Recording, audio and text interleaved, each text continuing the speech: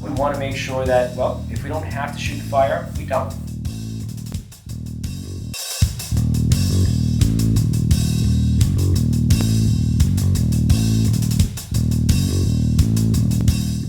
Hi, I'm Ernie Medina with TRB, and today I'm joined by one of our TRB instructors, Carol Ann, and we are going to talk a little bit today about shoot, no shoot concepts. And that's going to incorporate a little bit of what we've talked about previously with the challenge drill. So with regards to shoot, no shoot, we need to make sure that as we're practicing and as we are operating out there or whatever, that we have a good concept of target identification or threat identification. And partly what that means is that if my threat or my target has an object in their hands, I need to be able to identify not only their demeanor, but what is in their hands. Is what is in their hands a threat? Is it not a threat? And the reason why this is a factor is because when you get into the heat of the moment and you edge towards fight or flight, which is something we've talked about in another video, you're going to have tunnel vision, and you're going to have some things about your mental state that are going to hinder your ability to make good identifications and things like that. Things are going to look like other things is what I'm saying.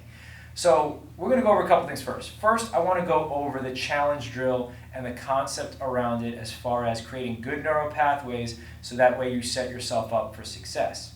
Now, in the challenge drill, we want to make sure that, well, if we don't have to shoot the firearm, we don't, okay? But we want to make sure that we do the challenge drill correctly so that way we don't have any hiccups. And we'll go ahead and demonstrate that now. So if Carol Ann is a little distance away, and I say have to draw because she is potentially my threat, I'm in fear for my life and all that stuff, I have decided that this needs to go to firearm.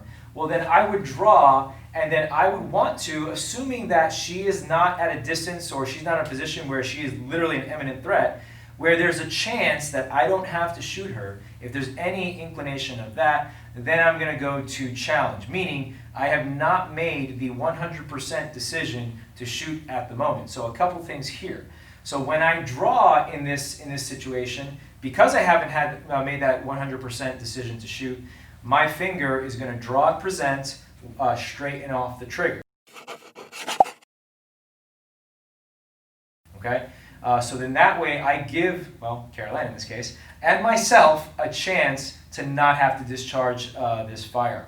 If I come out with my finger on the trigger, okay, and for whatever reason, either I get a little nervous or I get some external stimuli that would bump me or this or that, then that could be problematic. So if I were to draw here and experience some kind of external stimuli, it could very well be that bang, I inadvertently squeeze the trigger. That's bad for me, certainly bad for Carol Ann. So when I come out, I'm going to draw with my finger straight and off the trigger because I haven't made that 100% decision to shoot.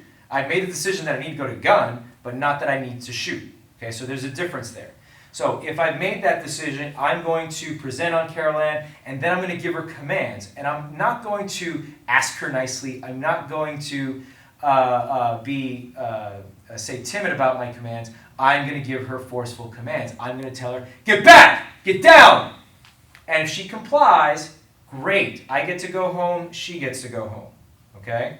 Now, in a different situation, if, let's just say, she did have a weapon of sorts, and I give her commands and she persisted in her attack, then I can go from finger straight and off the trigger indexed to on the trigger and shoot. So get back, get down, bang!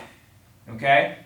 And there you go. Now, if you notice there, as she did lunge towards me, in addition to discharging the firearm, I also took a step back. Because I still, even though I'm shooting, it's a dynamic environment, I don't want to be fixed in my position. If she's coming towards, I'm going to try and create distance as best as possible, especially with a contact weapon like a knife, okay? Because even if I do put 2, 3, 4, 5 rounds in her, her adrenaline is flowing as well, she's still going to cover ground potentially. Okay? So there's a couple things with the challenge portion of the shoot, no shoot, and I just wanted to address about the finger and where it should lie as far as your decision to shoot or not. Now let's talk a little bit about threat identification. So clearly Carol Ann has the knife in her hand. If she's presenting that knife in a real life situation, clearly that's a threat depending on distance, okay? But the couple things that I need to know about, especially depending on the type of sights that I'm running on my firearm. If I'm running irons, then we have to work on something called focal shift. So if Carol Ann is, say, over here, and I see that she has a knife, I need to identify if I'm in my sights, if my eyeball is trained on my sights, I'm going to miss what's in her hand potentially, okay? Right now, if I'm trained and I'm looking down my sights on her center mass, well, I can't see, even if she were to bring up the knife, I really can't make out what's in her hand, okay? It could be a knife, it could be another object. Okay?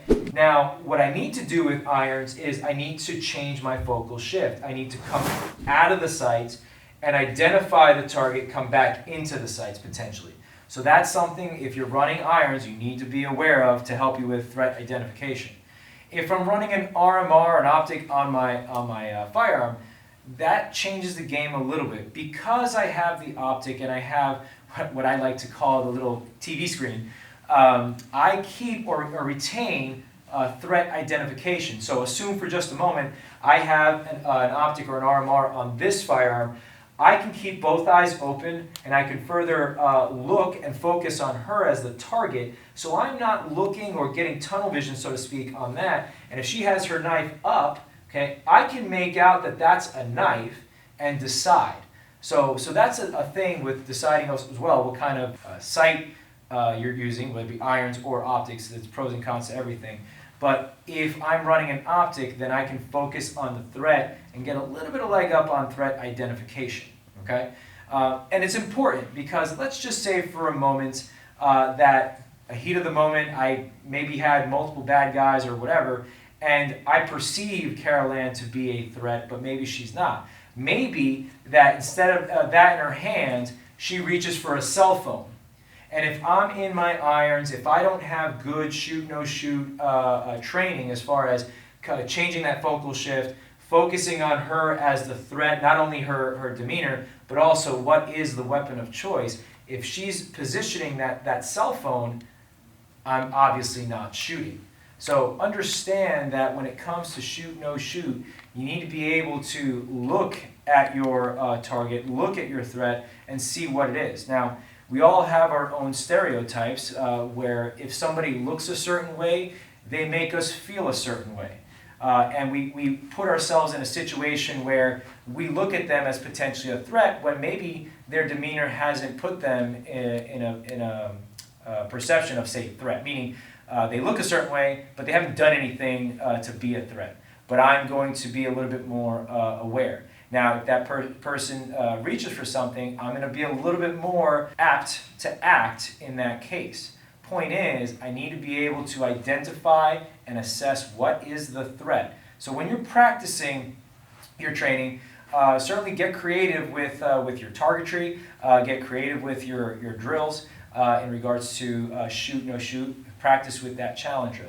There are many targets out there that have different silhouettes and different things where the target is holding a gun or a knife or a camera or whatever that you can use. And really, if you really want to get creative with it and you have a partner to work with, have them put up targets so you can't see, and then present the targets so that way you have to make a decision to shoot or not. So just a couple things to think about. Make sure that you are aware of how to run your sights, how to identify the threat, whether it be irons or optics. Make sure that with the challenge drill, you are working your index finger or trigger finger the proper way so as to not have a negligent discharge in that situation.